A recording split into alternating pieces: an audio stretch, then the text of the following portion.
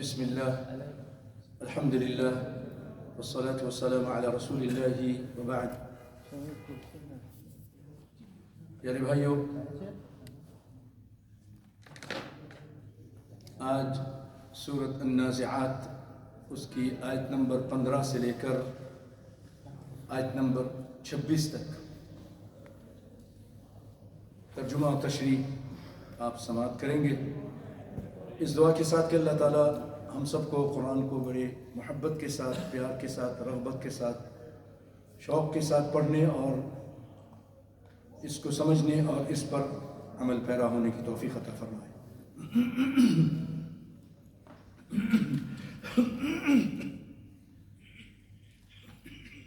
اگر آپ قرآن لے لیں گے جیسے بعض بھائیوں نے لے لیا ہے تو انشاءاللہ برکت ہوگی، اجر ثواب ملے گا۔ آپ اپنی آنکھوں سے آیتوں کو دیکھیں گے، پھر اس کا ترجمہ آپ کے سامنے جب بیان کیا جائے گا تو پتہ چلے گا کہ اس کلمے کا اور اس حرف کا یہ ترجمہ بنتا ہے۔ بات بھی آسانی سے سمجھیں گے اور بہت زیادہ اجر و ثواب ملے گا۔ قرآن کو دیکھنا بھی اجر ثواب ہے، مصحف کو دیکھنا بھی اجر ثواب ہے۔ اللہ آپ کو برکت دے۔ چلیے چند آیتیں میں پڑھتا ہوں تو آپ غور سے سنیے اور ساتھ ساتھ اگر دل میں پڑھتے جائیے تب بھی فائدہ ہی ہے۔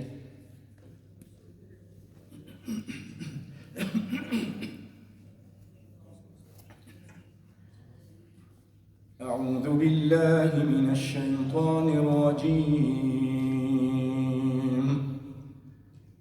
هل أتاك حديث موسى إذ ناداه ربه بالواد المقدس طوى اذهب إلى فرعون إنه طغى فقل هل لك إلى أن تزكى وأهديك إلى ربك فتخشى فأراه الآية الكبرى فكذب وعصى ثم أدبر يسعى فحشر فنادى فقال أنا ربكم الأعلى فأخذه الله نكال الآخرة والأولى إن في ذلك لعبرة لمن يخشى۔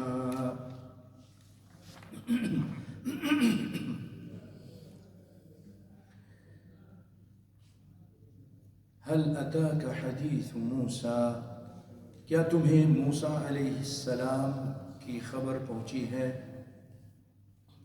صحیح ترجمہ تو یہ بنے گا کیا تمہیں موسیٰ کی خبر پہنچی ہے، لیکن بریکٹ میں علیہ السلام، کیونکہ نبی ہیں تو کیا تمہیں موسیٰ علیہ السلام کی خبر پہنچی ہے؟ اذ ناداہ ربہ بالواد المقدس طوى، جبکہ انہیں ان کے رب نے مقدس میدان طویٰ میں پکارا۔ یہ واقعہ اس وقت کا ہے جب موسیٰ علیہ السلام مدین سے اپنی زوجہ کے ساتھ واپس مصر جا رہے تھے، تو اپنی بیوی کے لیے تاکہ وہ آگ تاپیں، آگ کی تلاش میں وہ کوہ طور تک پہنچ گئے، تو وہاں ایک درخت کے اوٹ سے اللہ تعالیٰ نے موسیٰ علیہ السلام سے کلام فرمایا، وَكَلَّمَ اللَّهُ مُوسَى تَكْلِيمًا۔ تو اسی جگہ کا نام ہے جہاں اللہ تعالیٰ موسیٰ علیہ السلام سے ہم کلام ہوا اور نبوت و رسالت سے آپ کو سرفراز کیا۔ عجیب سی بات ہے کہ وہ آگ کی تلاش میں گئے تھے اور اللہ تعالیٰ نے انہیں رسالت اور نبوت عطا فرما دی۔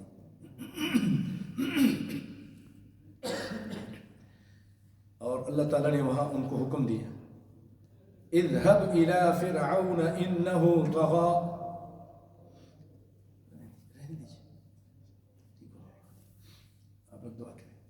اذهب إلى فرعون إنه طغى، اذهب کے معنی جاؤ،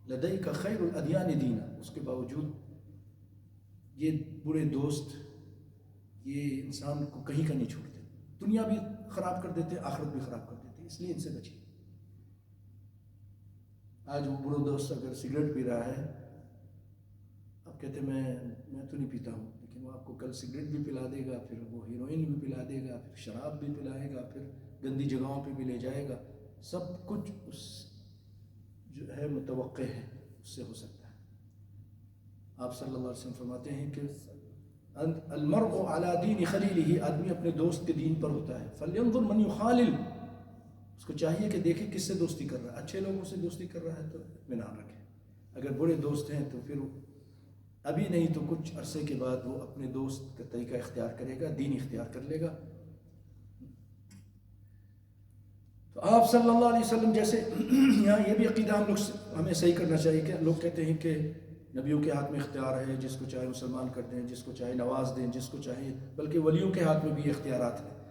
تو آپ یہ واقعہ اپنے ذہن میں لائیے اور اس سے کہیے کہ بھائی اگر یہ اختیارات نبیوں کے ہاتھ میں ہوتا تو پھر تو نبیوں کے جو یہ اختیار اگر ولیوں کے ہاتھ میں ہوتا تو پھر ان ولیوں کے جو سردار ہیں، بلکہ نبیوں کے امام جو محمد مصطفیٰ ہیں، آپ اپنے چچا کو چاہ رہے ہیں کہ مسلمان کر دیں، وہ چاہ رہے ہیں کہ وہ اسلام لے آئیں، لیکن آپ کی چاہت نہیں پوری ہوئی، آپ کی خواہش نہیں پوری ہوئی۔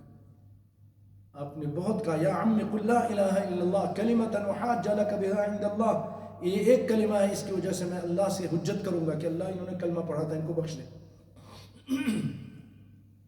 لیکن انہوں نے کہا کہ انا علی دین عبد المطلب، آپ کو بہت غم ہوا، پریشان ہوئے۔ آپ صلی اللہ علیہ وسلم تو اللہ تعالیٰ نے، اور بلکہ آپ ان کی بخشش کی دعا بھی مانگتے تھے، تو اللہ تعالیٰ نے آیت اتار دی 11واں پارہ، اس کے آپ دیکھیں گے تو تیسرے صفحے میں غالباً آپ کو یہ آیت ملے گی کہ اللہ تعالیٰ فرماتا ہے ما كان للنبي والذين آمنوا أن يستغفروا للمشركين ولو كانوا أولي قربى من بعد ما تبين لهم أنهم أصحاب الجحيم۔ کسی نبی کے لیے لائق نہیں، کسی مومن کے لیے بھی، ما كان للنبي والذين آمنوا، اور مومنوں کے لیے بھی، ان یستغفروا للمشرکین، ان یستغفروا للمشرکین، کہ مشرکین کے لیے بخشش کی دعا مانگے۔ اگر ہمارا اللہ نہ کرے کوئی رشتہ دار شرک پہ چلا گیا، ہم سمجھاتے بھی تھے، آپ بھی سمجھاتے تھے، پھر بھی نہیں مانا، اسی شرک پر قبروں کی پوجا، ولیوں کو دور و نزدیک سے پکارنا اور شرکیہ سارے اعمال کرنا، اب اگر وہ مر گیا، اگر وہ آپ کا باپ ہے، ماں ہے، اگر آپ اس کی بخشش کی دعا مانگیں گے تو آپ قرآن کے خلاف کریں گے، اللہ کی نافرمانی کریں گے۔ آپ کا باپ اور آپ کی ماں یہ اللہ کے یہاں نبی کے چچا سے محترم نہیں ہو سکتے۔ جب اللہ نے نبی کو کہہ دیا کہ آپ ان کی بخشش کی دعا نہیں مانگ سکتے، وَلَوْ كَانُوا أُولِي قُرْبَى، اگرچہ وہ قریبی رشتہ داری کیوں نہ، جب واضح پتہ چل جائے کہ شرک پہ مرا، اسی پہ تھا، اس کی بخشش کی دعا نہیں مانگ سکتے۔ آج بہت سارے لوگ اس طرح کے لوگ جو مر جاتے ہیں، پورا عقیدہ معلوم ہوتا ہے، پھر بھی ان کی بخشش کی چلو چلیے دعا کریں، اور پھر اس کے لیے بخشش کی دعا کرتے ہیں۔ حرام ہے، ناجائز ہے، قرآن کے خلاف ہے، نص قرآن ہی۔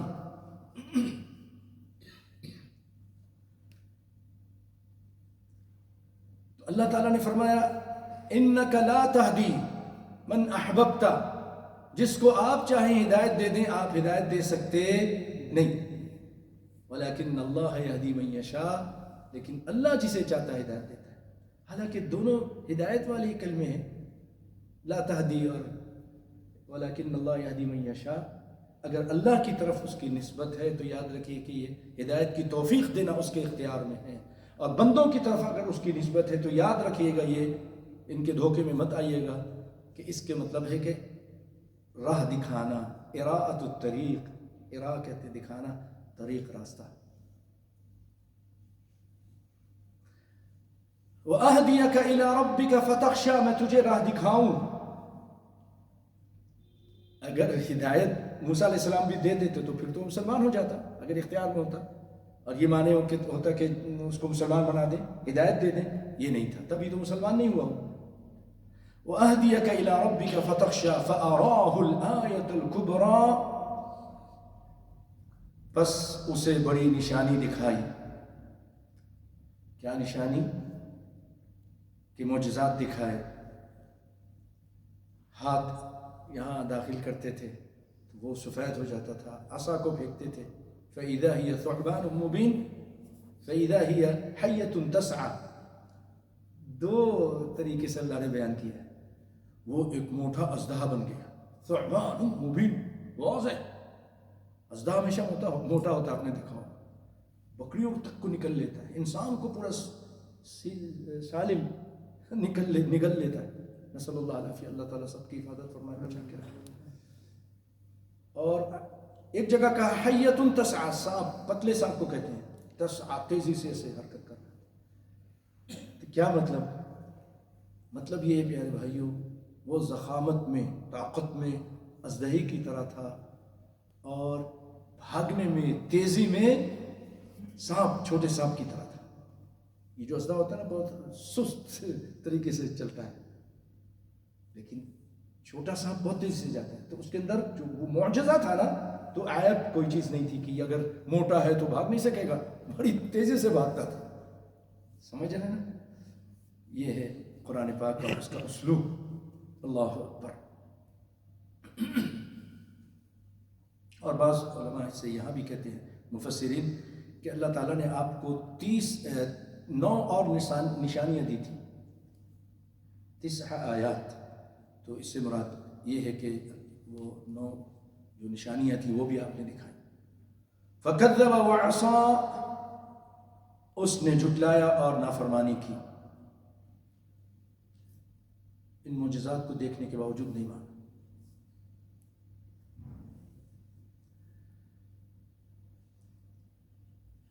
ثم ادبر یسعی، پھر پلٹا دوڑ دھوپ کرتے ہوئے. کیا مطلب پلٹا؟ لوگوں کو جمع کرنے کے لیے، جادوگروں کو جمع کرنے کے لیے، زمین میں فساد پھیلانے کے لیے. اور اب اس نے ایک اور بات کہی، ثم ادبر یسعی فحشر فنادى، اور اس نے لوگوں کو جمع کر لیا اور پکارا، ایک آواز لگائی. یعنی جادوگروں کو بھی لے آیا، اپنے قوم والوں کو بھی لے آیا، سب کو جمع کر دیا، اور اس نے پکار کے ایک دعویٰ کیا. فقال انا ربكم الاعلى، میں تمہارا اعلیٰ عرفہ رب ہوں، میں تمہارا بڑا رب ہوں، میں ہی ہوں تمہارا رب. نسأل اللہ علیہ، ربوبیت کا دعویٰ کر دیا اس نے. فأخذه اللہ، یہ اللہ کا انداز ہے، مختصر بیان کر دیا. تو کہیں تفصیل کے ساتھ اس کے ساتھ اور پھر کیا کچھ ہوا. جادو آئے، جادوگر آئے، ان کے ساتھ مقابلہ ہوا. اور میں جب ان جادوگروں کے وہ قصہ پڑھتا ہوں حیران ہو جاتا ہوں. یا اللہ، یہ جادوگر، اکثر جادو جو ہے نا شرک سے ہی ہوتا ہے. جادو شرک جنوں کے تعاون سے ہوتا ہے. جتنا وہ جنوں اور شیطانوں کی عبادت کریں گے اتنا ہی زوردار جادو اس کو وہ دے گا. صبح تک یہ کتنے خراب لوگ تھے، مشرک تھے، جادوگر تھے، ایک قسم کے شیاطین تھے، لیکن اللہ نے توحید کی نعمت ان کو دے دی. یہ شام کو اللہ کے ولی بن گئے. اتنی طاقت تھی، میں حیران ہوتا ہوں. کبھی کبھی سوچتا ہوں یار اللہ نہ کرے کہ تم مجھ سے پہلے ایمان لے آئے. لأقطعن أيديكم وأرجلكم، میں تمہارے من خلاف ہاتھ بھی کاٹ دوں گا، پاؤں بھی کاٹ دوں گا. خلاف ایک ہاتھ کاٹوں گا تو ایک پاؤں اس طرف سے کاٹوں گا. انہوں نے کیا کہا؟ فَاقْضِ مَا أَنْتَ قَاضٍ، سورہ طٰہٰ میں. اور بھی کیجیے،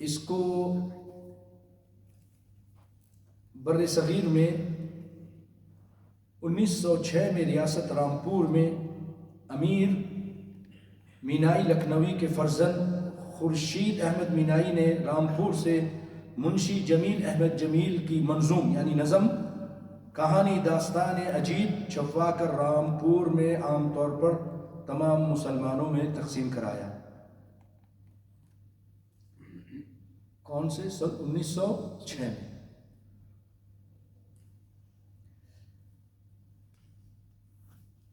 کہانی میں کیا کچھ ہے اس نظم میں، آئیے آپ کو وہ میں بیان کرتا ہوں۔ جو افسانہ ہے کہ مدینے میں ایک لکڑہارا رہتا تھا، بہت غریب تھا، بہت اس نے کوشش کی کہ کسی طرح امیر ہو جائے، حالات درست ہو جائیں، لیکن اس کے حالات اچھے نہیں ہو رہے تھے۔ تو اس نے کہا چلو میں قسمت آزماتا ہوں، ملک سے باہر جاتا ہوں۔ وہ دوسرے ملک چلا گیا کہیں اور، تاکہ کچھ پیسے ہاتھ آ جائیں۔ ادھر بیوی پریشان ہو گئی بہت کہ کچھ بھی نہیں ہے تو کیا کروں، چلو جو وزیر آنی تھی، وزیر کے گھر میں وزیرانی، اس سے جا کے بات کی۔ انہوں نے اس کو نوکری پر رکھ لیا کہ ٹھیک ہے، جھاڑو دینا، صفائی کرنا، تم کو پیسہ دے دیا کریں گے۔ یہ صفائی کرتی تھی۔ ایک دن اسی طرح صفائی کر رہی تھی تو گلی سے جناب امام جعفر صادق رحمۃ اللہ علیہ گزرے، اپنے ساتھیوں کے ساتھ تھے۔ آپ ٹھہر گئے اور آپ نے لوگوں سے پوچھا آج کون سا دن ہے؟ تو لوگوں نے کہا آج 22 رجب ہے۔ تو آپ نے فرمایا جو کوئی 22 رجب کو میرے نام کا کنڈا بھرے، پھر اللہ سے جو بھی دعا مانگے وہ قبول ہوگی۔ کنڈا غیر اللہ کے نام پر، دعا اللہ سے۔ کبھی دعا بھی غیر اللہ سے کرتے ہیں، اور اگر اس کی دعا قبول نہ ہوئی تو اس کا ہاتھ ہوگا قیامت کے دن اور میرا گریبان۔ یہ سننے کے بعد لکڑہارن نے جلدی سے تیار ہوئی، کام ختم کیا، جا کر کنڈے بنائے اور پھر اس کو بھر دیا، اور اپنے شوہر کی واپسی کی اس نے دعا کی۔ ادھر لکڑہارے کو جنگل میں ایک بہت بڑا خزانہ مل گیا۔ اب وہ بہت مال و دولت لے کر مدینہ واپس آیا اور ایک شاندار محل تعمیر کر کے رہنے لگا۔ محل بھی تعمیر ہو گیا۔ ایک دن وزیرانی صاحبہ اپنے محل کے اوپر چڑھتی ہیں، اوپر سے دیکھتی ہیں تو ایک تو بہت اونچا دوسرا محل ہے جو آسمان سے باتیں کر رہا ہے۔ انہوں نے اپنی کنیزوں سے پوچھا بھائی یہ کس کا محل ہے؟ تو کنیزیں تو ایک دوسرے کی سہیلی ہوتی ہیں نا، انہوں نے کہا یہ تو وہی نوکرانی ہے جو ہمارے یہاں کام کرتی تھی آپ کے ہاں، یہ اس کا محل ہے۔ کہا اس کو بلاؤ جلدی سے۔ بلایا گیا۔ ہاں بھائی یہ کیا ماجرا ہے؟ کہا یہ سارے کنڈے کی برکت ہے، کنڈے بھرے تھے میں نے امام جعفر صادق کے، سارا قصہ سنا دیا، اس کی وجہ سے یہ ساری برکتیں ہوئی ہیں، اور میرا شوہر آیا ہے، بہت پیسے لے کر آیا، خزانے لے کر آیا ہے، تو اس سے ہم نے یہ محل بنائے۔ تو وزیرانی کی کیا بولوں، اس کی کیا تھی وہ، تو اس نے کہا نہیں نہیں نہیں، یہ سب بکواس ہے، جھوٹ ہے، تمہارے شوہر نے کوئی ڈاکہ ڈالا ہے، چوری کی ہے، یہ مال لے کر آیا ہے۔ کنڈے کا انکار کر دیا۔ کیا ہو گئی؟ وہابن ہو گئی۔ اس کا نام وہابن رکھ دیتے ہیں، وہابن ہو گئی، اور اس نے کہا کہ کنڈے شنڈے کچھ بھی نہیں ہے، تیرے شوہر نے چوری کی ہے۔ اب اس کے کنڈے کے انکار کرنے کی وجہ سے اللہ کا عذاب نازل ہونا شروع ہو گیا۔ چھوٹے وزیر نے بڑے وزیر کے خلاف غبن ثابت کر دیا، یہ وزیر صاحب تو چور ہیں، یہ دیکھو حساب کتاب میں۔ بادشاہ نے جب دیکھا واقعی وہ تو بالکل ایسے ہی چور لگ رہا تھا حساب کتاب میں، بادشاہ نے اس کو وزارت سے معزول کیا اور اس کے بعد اس کو جلا وطن کر دیا، یعنی اب تم یہاں سے دفع ہو جاؤ۔ اب یہ دونوں میاں بیوی جا رہے تھے، راستے میں ایک جگہ کہیں تھوڑے سے کوئی جیب میں ہوں گے سکے مکے، تو اس سے جو ہے انہوں نے وہ خرید لیا، ایک خربوزہ خرید لیا، پوٹلی میں باندھ لیا، بھوک لگی کہ چلو ادھر بادشاہ کا جو شہزادہ تھا بیٹا، وہ کہیں شکار کے لیے صبح گیا تھا، اب شام ہو گئی واپس نہیں آیا۔ سب لوگ پریشان، بادشاہ تو زیادہ پریشان، اس کا باپ ہے نا، باپ تو پریشان ہوگا، کہاں ہے میرا بیٹا؟ وزیر نے کہا حضرت جان کی پناہ چاہوں تو عرض کروں، جیسی کہانی میں کہتے ہیں۔ بادشاہ سلامت، لگتا ہے کہ یہ بڑے وزیر کی کارستانی ہے، جس طرف شہزادے صاحب گئے ہیں اسی طرف وزیر کو جاتے ہوئے دیکھا گیا ہے، یہ بھی انہی کے پیچھے پیچھے گیا تھا۔ بادشاہ نے پھر ہرکارے بھیج دی، اپنے سپاہیوں کو بھیج دیا، جاؤ جاؤ اس کو پکڑ کے لے کر آؤ۔ دونوں کو، میاں بیوی کو پکڑ کے لایا گیا، بادشاہ کے سامنے پیش کیا گیا۔ بادشاہ نے کہا ایسا کرو، یہ کیا ہے پوٹلی، ذرا پوٹلی دکھاؤ، کیا اس میں؟ کہا اس کے اندر خربوزہ ہے۔ جزاک اللہ خیر، اس کے اندر خربوزہ ہے۔ کہا کھولو اس کو۔ کھولا تو اس کے اندر شہزادے کا سر پڑا تھا۔ بادشاہ تو حیران بعد میں ہوتا، لکڑہارا اور لکڑہارن حیران تھے کہ یہ کیا، خربوزہ سر بن گیا۔ بادشاہ بہت غضبناک ہوا اور کہا کہ ان کو جیل میں ڈال دو اور ان کو صبح پھانسی دیں گے، ہمارے بیٹے کے قاتل نہیں ہیں یہ لوگ، انتقام لیا انہوں نے، جیل میں ڈال دیا۔ اب جب دونوں میاں بیوی تنہائی میں بیٹھے تو شوہر کہنے لگا کون سی غلطی ہوئی ہم سے، کیا خطا ہو گئی ہم سے، سوچو تم نے کوئی غلط حرکت کی یا میں نے کی، دونوں ہی سوچتے ہیں۔ تو بیوی نے کہا ہاں مجھ سے غلطی ہوئی تھی۔ کیا غلطی ہوئی تھی؟ لکڑہارن کے قصہ بیان کر دیا اور کہا میں نے اس امام جعفر صادق کے کنڈے کا انکار کر دیا تھا۔ کہنے لگے ارے بڑی مانوس، یہی تو تیری غلطی تھی، یہ تو بہت بڑی خطا کی تو نے امام جعفر صادق کے کنڈے کا انکار کر دیا، تبھی تو اتنا بڑا عذاب آ گیا، وزارت بھی گئی، جلا وطن بھی ہوئے، پھر واپس لا کے اب صبح ہم قتل کر دیے جائیں گے۔ چلو چلو اللہ سے معافی مانگو۔ دونوں ساری رات توبہ اللہ کرتے رہے، معافی مانگتے رہے ہیں۔ اللہ کا کرنا ایسا ہوا کہ صبح تڑکے شہزادہ آ گیا زندہ صحیح سلامت۔ اب بادشاہ، اب حیران ہونے کی باری تھی بادشاہ کی، یہ کیا، یہ زندہ ہے تو پوٹلی میں کیا؟ بلاؤ دونوں کو۔ بلایا گیا، یہ کیا ہے پوٹلی میں، کھولو اس کو۔ پوٹلی کھولی گئی تو اس میں تو سر تھا۔ اب اور زیادہ حیران ہو گئے، یار یہ کیا ہے، کبھی سر ہے کبھی خربوزہ ہے، ابھی خربوزہ ہے پہلے سر تھا۔ کہا ماجرا کیا تم بتاؤ؟ کہا بات یہ ہے، یہ ساری میری بیوی کی غلطی ہے۔ وہ لکڑہارن آئی تھی، اس نے سارا قصہ بیان کیا اور کہا ایسا ایسا، تو اس نے کہا نہیں تیرا شوہر چور ہے، کنڈے کی کوئی برکت نہیں ہوئی ہے، اس کی وجہ سے نہیں ہوا ہے، تو یہ عذاب آیا ہے۔ بادشاہ کے بات سمجھ آ گئی، بادشاہ نے اس کو دوبارہ وزیر بنا دیا اور چھوٹے وزیر کو اب جلا وطن کر دیا، اور ہر سال 22 رجب کو یہ لوگ کنڈے منانا، بادشاہ بھی وزیر بھی سب لوگ دھوم دھام سے کنڈے منانا شروع ہو گئے۔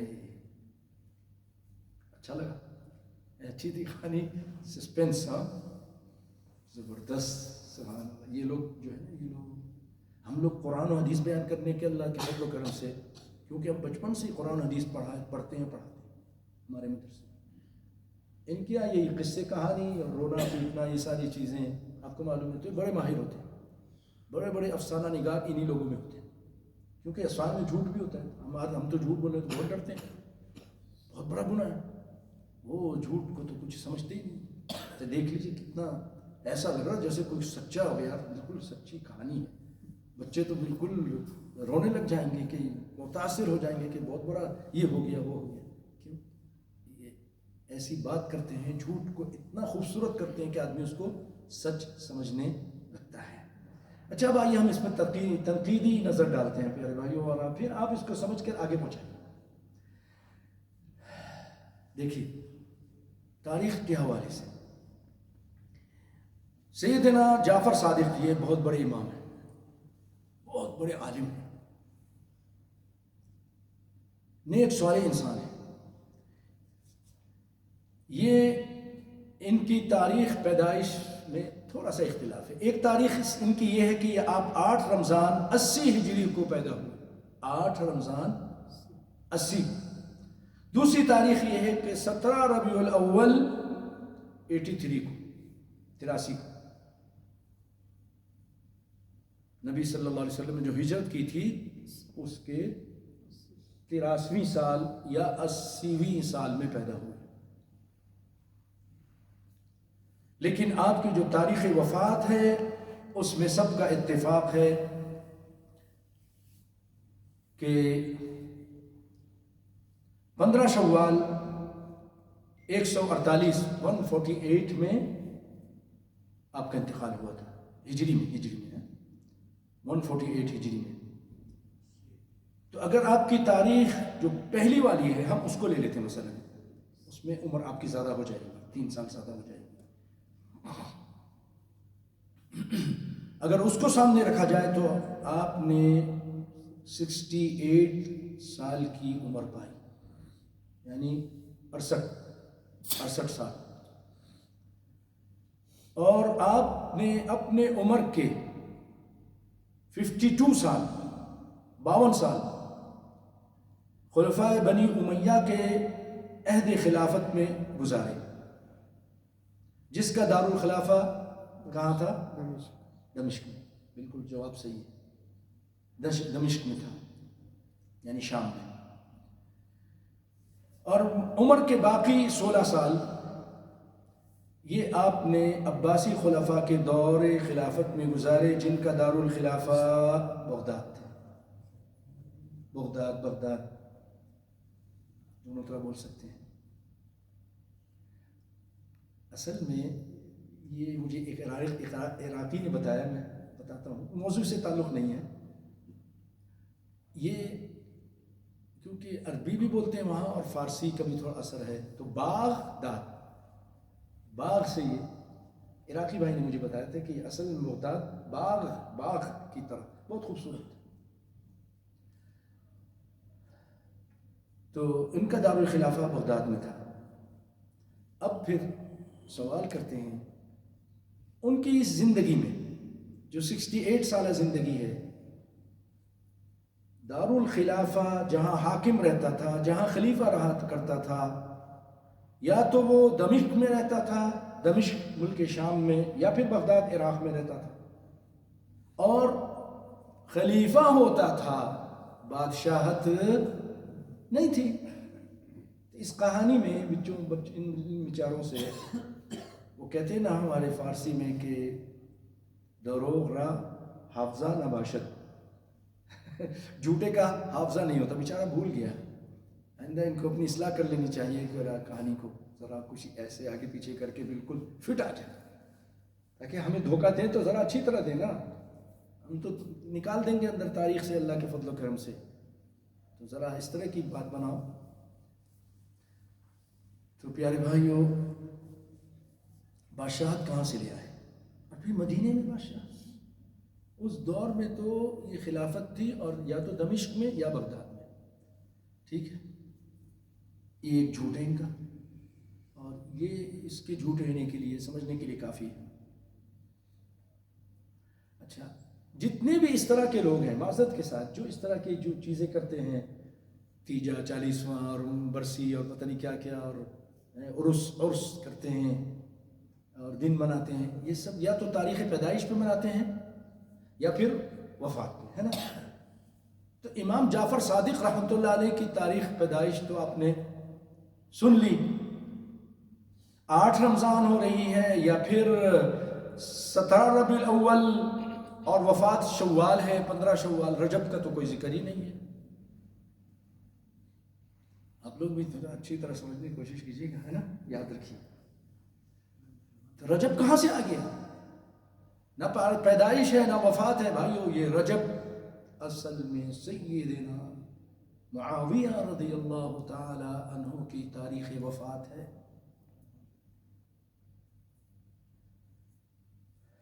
معاویہ وہ معاویہ جو کاتب وحی تھے، اور آپ صلی اللہ علیہ وسلم نے ان کے لیے پیشن گوئی کی تھی کہ تم کو حکومت ملے گی احادیث میں. اور آپ نے ان کو خال المؤمنین بھی کہا، مومنوں کا ماموں. ان کی ایک بہن نبی صلی اللہ علیہ وسلم کی بیوی تھی. بڑے فضائل ہیں ان کے، اور بہت زیادہ ذہین، فتین اور حلیم انسان تھے۔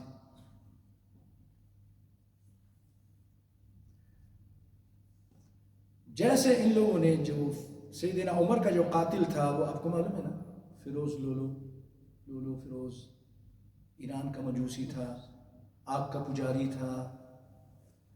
اب کیونکہ ان کی تو خوشی ہو گئی، ان کو مسرت ہوئی کہ چلو اس سے جان چھوٹی ہے، تو اس نے ایران کی اینٹ سے اینٹ بجا دی تھی، ہماری بادشاہت ختم کر دی تھی۔ تو خوشی میں اس مجوسی کو پیار سے بلاتے ہیں بابا شجاع الدین، بابا شجاع الدین، ہم لوگوں کو دھوکہ دینے کے لیے۔ اس کا پھر کوئی دن مناتے ہو کہ کچھ کرتے ہو، نام کیا؟ بابا شجاع الدین۔ اللہ، شجاع یعنی بہت بہادر تھا۔ تو اسی طرح یہاں بھی انہوں نے جیسے اس کی خوشی منائی، دن منایا اس شیطان کا جو قاتل تھا، اب سیدنا معاویہ رضی اللہ تعالی عنہ کی بھی وفات کی خوشی مناؤ۔ تو یہ ساری انہوں نے تک و دو کی، کوشش کی، کہانی بنائی، اور 22 رجب کو سیدنا معاویہ کی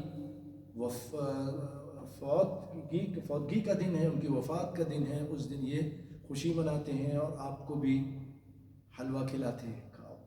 ہم لوگ کھاتے ہیں جا کے، نہیں کھانا چاہیے۔ اب بتائیں کوئی خوشی کہ آج اللہ نے کسی کے کوئی پیارا مر جائے اور اس دن آ کے لڈو بانٹے، وہ آپ پسند کریں گے؟ لڈو کھا لو، تمہارا باپ فوت ہوا ہے، ماریں گے ایک کپ پر کہ میرا باپ فوت ہے تو لڈو کھلا رہا۔ معاویہ رضی اللہ تعالیٰ نبی کے صحابی ہیں بھائیوں،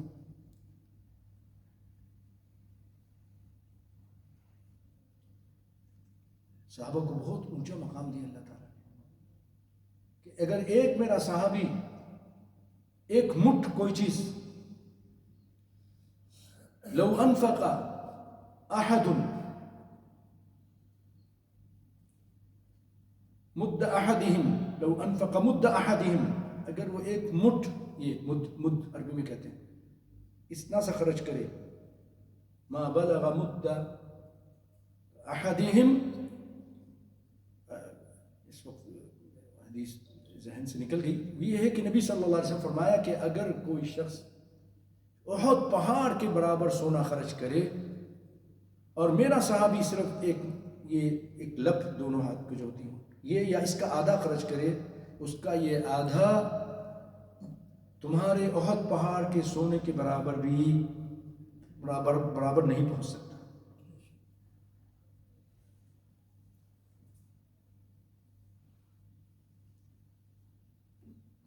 اور اتنا اونچا مقام اللہ تعالیٰ نے ان لوگوں کو دیا ہے پیارے بھائیوں۔ انشاءاللہ العزیز، اللہ نے چاہا تو یہ ایک کلپ چند دنوں میں آ جائے گی۔ آج اگر سلمان بھائی آئیں تو سن رہے ہوں گے کہ وہ بس تیار ہے، بس وہ اس کی کچھ ایڈیٹنگ ہونی ہے اور وہ انشاءاللہ اپلوڈ ہو جائے گی۔ اس میں یہ بیان کیا ہے، اور ابھی میں تھوڑا بیان کر دینا چاہتا ہوں۔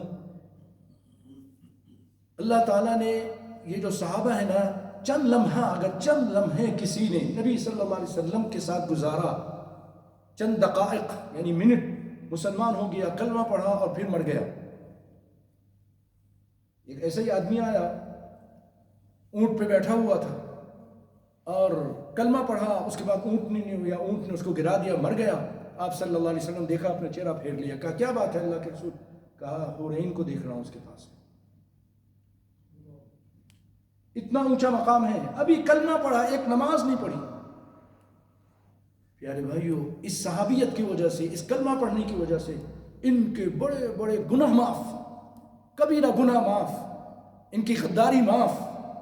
آج لوگ انگلی اٹھاتے ہیں، یہ کتنا بڑا گناہ بھی کر لیں وہ سب معاف ہے، اپنی رحمت سے اللہ تعالیٰ معاف کر دیتا ہے۔ آئیے میں آپ کو دو چھوٹے سے واقعے سناتا ہوں کہ سورۃ ممتحنہ جب آپ پڑھیں گے نا، اپنے گھر میں جا کے اس کو پڑھیں، اس میں حاطب بن ابی بلتع ایک صحابی ہیں، ان کا ایک قصہ بیان کیا ہے کہ نبی صلی اللہ علیہ وسلم نے جب مکہ فتح مکہ سے پہلے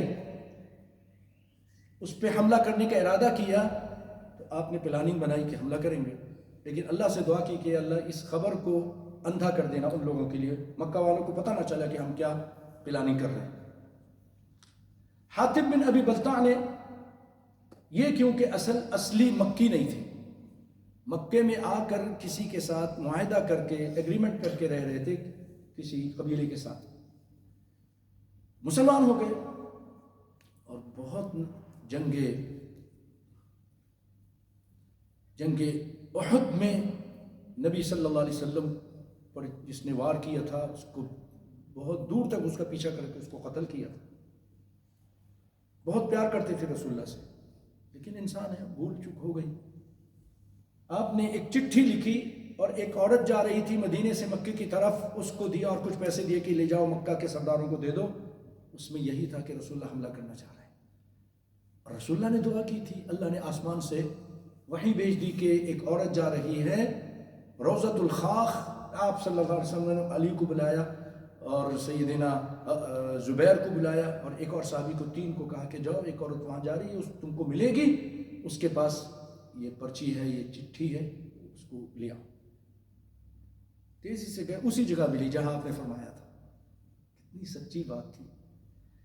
پکڑ لیا اس کو، کہا چٹھی نکالو، کہا نہیں میرے پاس کچھ بھی نہیں، انکار کیا۔ سیدنا علی رضی اللہ تعالیٰ عنہ بہت پیارے صحابی ہیں بھائیوں۔ آج کچھ ایسے بھی فتنے دکھ رہے ہیں، کچھ لوگ سیدنا معاویہ کی شان بڑھا کر علی کی شان گھٹاتے ہیں۔ ہم یہ کہتے ہیں کہ کسی کی شان کسی کو برا مت کہو، دونوں صحابیوں میں سے کسی کو برا مت کہو، لیکن یاد رکھو کہ علی کی شان معاویہ سے اعلیٰ ہے، علی کا مقام اعلیٰ ہے۔ لیکن اس کا مطلب یہ نہیں کہ معاویہ کو برا بھلا کرو، معاویہ کی عزت بھی ہے لیکن سیدنا علی کا بھی مقام ہے۔ اس کو ناسبی کہتے ہیں، جو معاویہ کو بڑھا دے اور سیدنا علی کو کم کر دے۔ علی کا بھی بہت اونچا مقام ہے، چوتھے خلیفہ ہیں۔ تو سیدنا علی نے سختی کی اور کہا نکال ورنہ ابھی یہ کر دیں گے۔ کہا کہ بالکل تم کو بے لباس کر دیں گے۔ کہا تم مسلمان ہو ایسی بات کرتے ہو؟ کہا ہاں، ہمارے نبی نے کہا تمہارے پاس چٹھی ہے، تم دے نہیں رہی ہو، جھوٹ بول رہی ہو، تو پھر ہمیں سختی کرنی پڑے گی۔ وہ ڈر گئی۔ پھر علی جب شیر خدا، اللہ اکبر، فوراً نکال کے چٹیا کے نیچے سے نکال کے دے دی۔ یہ لوگ واپس آ گئے، اس کو بھی لے آئے یا اس کو جانے دیا غالب، واپس آئے، نبی صلی اللہ علیہ وسلم کو لیٹر دیا۔ قربان چلے جائیں رحمۃ اللہ عالمین صلی اللہ علیہ وسلم جلد باز نہیں تھے، غصہ نہیں، بہت حلیم اور بردبار تھے۔ ہمیں یہ سیکھنا چاہیے اور یہ چیزیں اپنے گھر والوں کے ساتھ بھی کرنا چاہیے، ماں باپ بھائی بہن سب کے ساتھ، نرمی والا معاملہ۔ آپ نے فرمایا ابو بلتع کو بلا لیا، حاتب بن ابی بلتع کو۔ بلتع، حاتب یہ کیا ہے؟ کہ اللہ کے رسول جلدی نیت کیجیے، میں منافق نہیں ہوں، میں اللہ اس کے رسول سے محبت کرتا ہوں۔ اللہ کے رسول یہاں جتنے مہاجرین رہتے ہیں ان سب کے رشتہ دار جو کافر ہیں وہاں ہیں، اور جو ان کے بیوی بچے ہیں وہ ان کے کافر رشتہ دار ان کی حمایت کرتے ہیں۔ میرا کوئی نہیں تھا، میں چاہتا تھا اس طرح میں احسان کر دوں تو اس وجہ سے وہ میرے بیوی بچوں کا خیال رکھیں گے۔ سیدنا عمر نے کہا اللہ کے رسول مجھے اجازت دیجیے، میں اس کی گردن اتار دیتا۔ اور بھائیو یہ غداری تھی، یہ فوجی راز تھا جو انہوں نے افشا کیا تھا، اس کی سزا موت ہوتی ہے۔ آپ صلی اللہ علیہ وسلم نے اس موقع پہ عمر سے کہا عمر تم کو کیا معلوم، یہ بدر میں شریک ہوا تھا اور اللہ تعالیٰ نے بدریوں کے بارے میں فرمایا افعلوا ما شئتم فقد غفرت لکم، اب تم جو مرضی آئے کرو۔ اے نبی کے صحابیوں، تم نے نبی کے ساتھ یہ جنگ لڑ کر، یعنی کافروں کے خلاف یہ جنگ جو نبی کے ساتھ مل کر لڑی ہے، اتنا خوش کیا ہے، اسلام اور کفر کی پہلی جنگ تھی، اتنا تم نے مجھے خوش کیا ہے، اب تم زندگی میں کچھ بھی کرو جنت تمہارے نام لکھ چکا ہے۔ چھوڑ دیا، معاف کر دیا۔ کیا وجہ تھی؟ یہ صحابیت کوئی معمولی چیز نہیں ہے بھائیوں، بہت اونچا مقام ہے صحابی ہونا۔ اس شخص نے حسن بصری رحمۃ اللہ علیہ سے، آج جمعہ پڑھانے کے بعد مجھے بعد میں یہ قصہ ذہن میں آیا، حسن بصری رحمۃ اللہ علیہ سے پوچھا کہ معاویہ کا مقام زیادہ ہے کہ عمر بن عبد العزیز؟ جس کو ہم لوگ چوتھے خلیفہ کہتے ہیں، پانچواں خلیفہ کہتے ہیں، عمر بن عبدالعزیز، بہت امن اور بہت انصاف کیا تھا، سنا ہوگا آپ لوگوں نے۔ کہا وہ جانتے کیا کہا انہوں نے؟ یہ عبداللہ بن مبارک نے غالباً، ہاں عبداللہ بن مبارک نے، ان سے پوچھا گیا، انہوں نے کہا صحابی کے بارے میں پوچھتے ہو؟ عمر بن عبدالعزیز، عمر بن عبدالعزیز سیدنا معاویہ رضی اللہ تعالی عنہ، جو نبی صلی اللہ علیہ وسلم کے ساتھ جہاد پہ جایا کرتے تھے، اور جو ان کے گھوڑے ٹاپ مار کے جو ذرات اڑاتے تھے نا، عمر بن عبدالعزیز ان ذروں تک بھی نہیں پہنچ سکتا۔ آپ سمجھے کہ نہیں سمجھے بھائیو؟ یہ ہے صحابی کا مقام، معمولی چیز نہیں ہے صحابی۔ اور ایک اور صحابی سیدنا موسیٰ اشعری رضی اللہ تعالیٰ عنہ، یمن سے آئے تھے، مسلمان ہو گئے تھے، اور نہیں عمر بن دوسی، یہ بھی آئے تھے اور مسلمان ہو گئے۔ ان میں ایک آدمی تھا، اس کو مدینے کی آب و ہوا راس نہیں آئی، اس کو بہت تکلیف ہونے لگی۔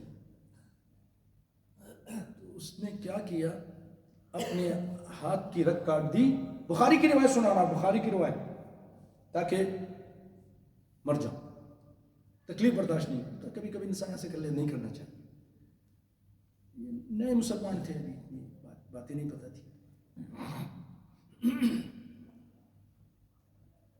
تو یہ فوت ہو گئے۔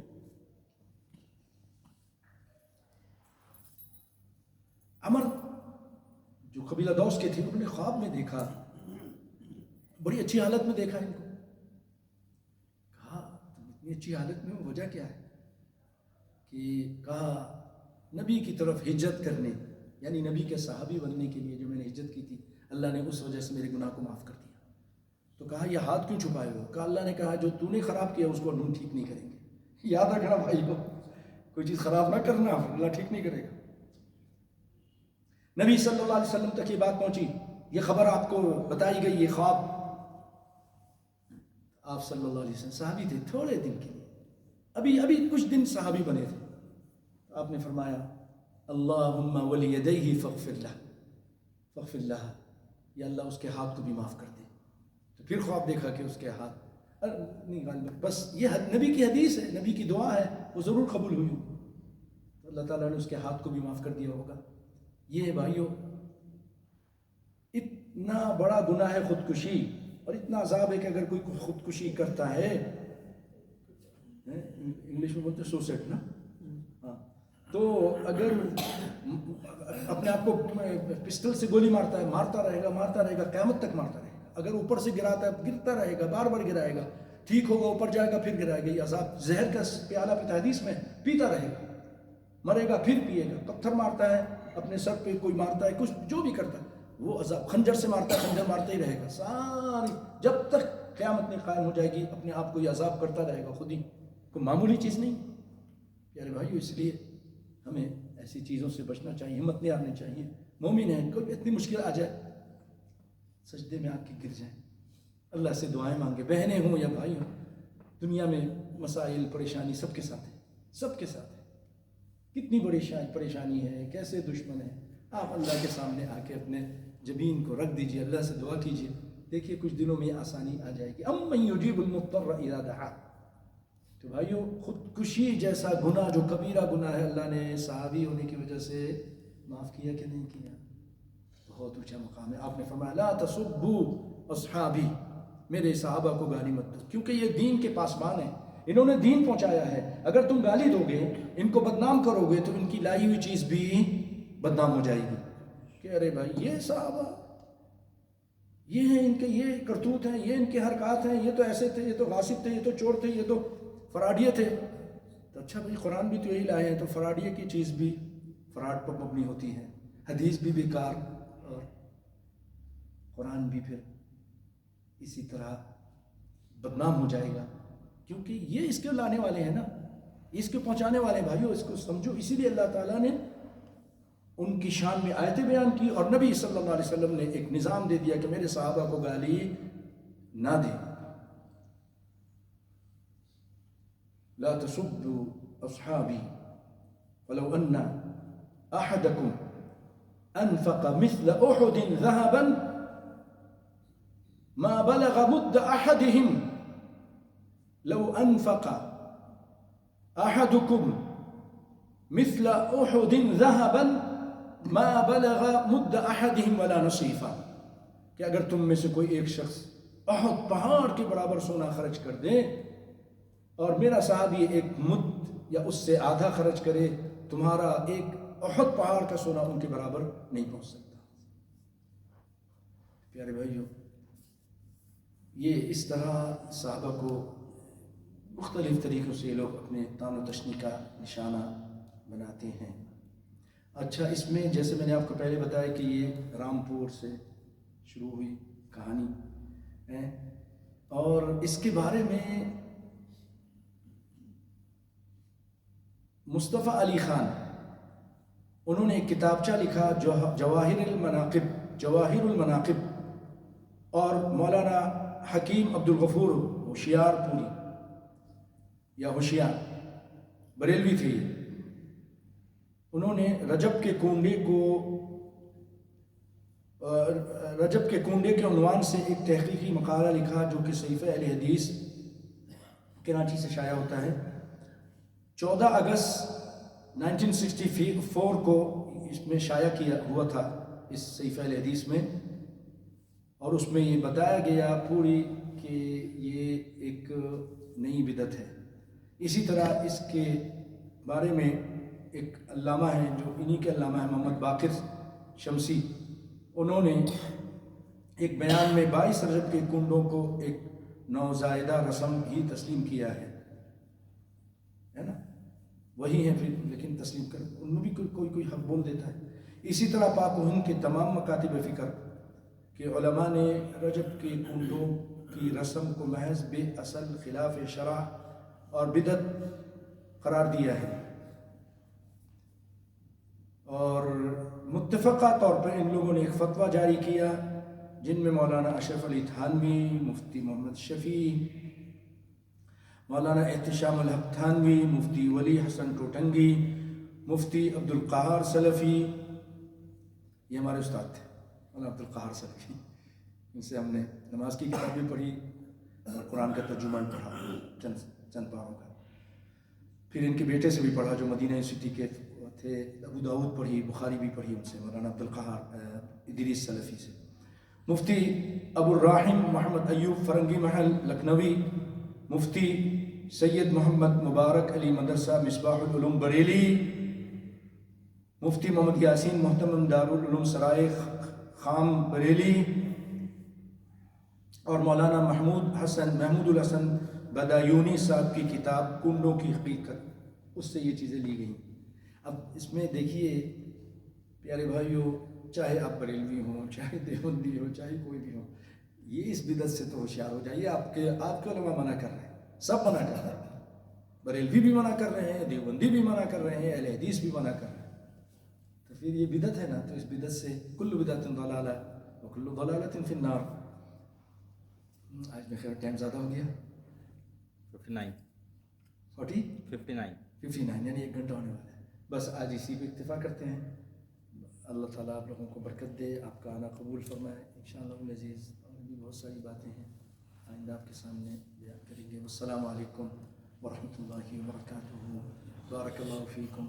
اگر ٹائم زیادہ ہو جائے تو بتا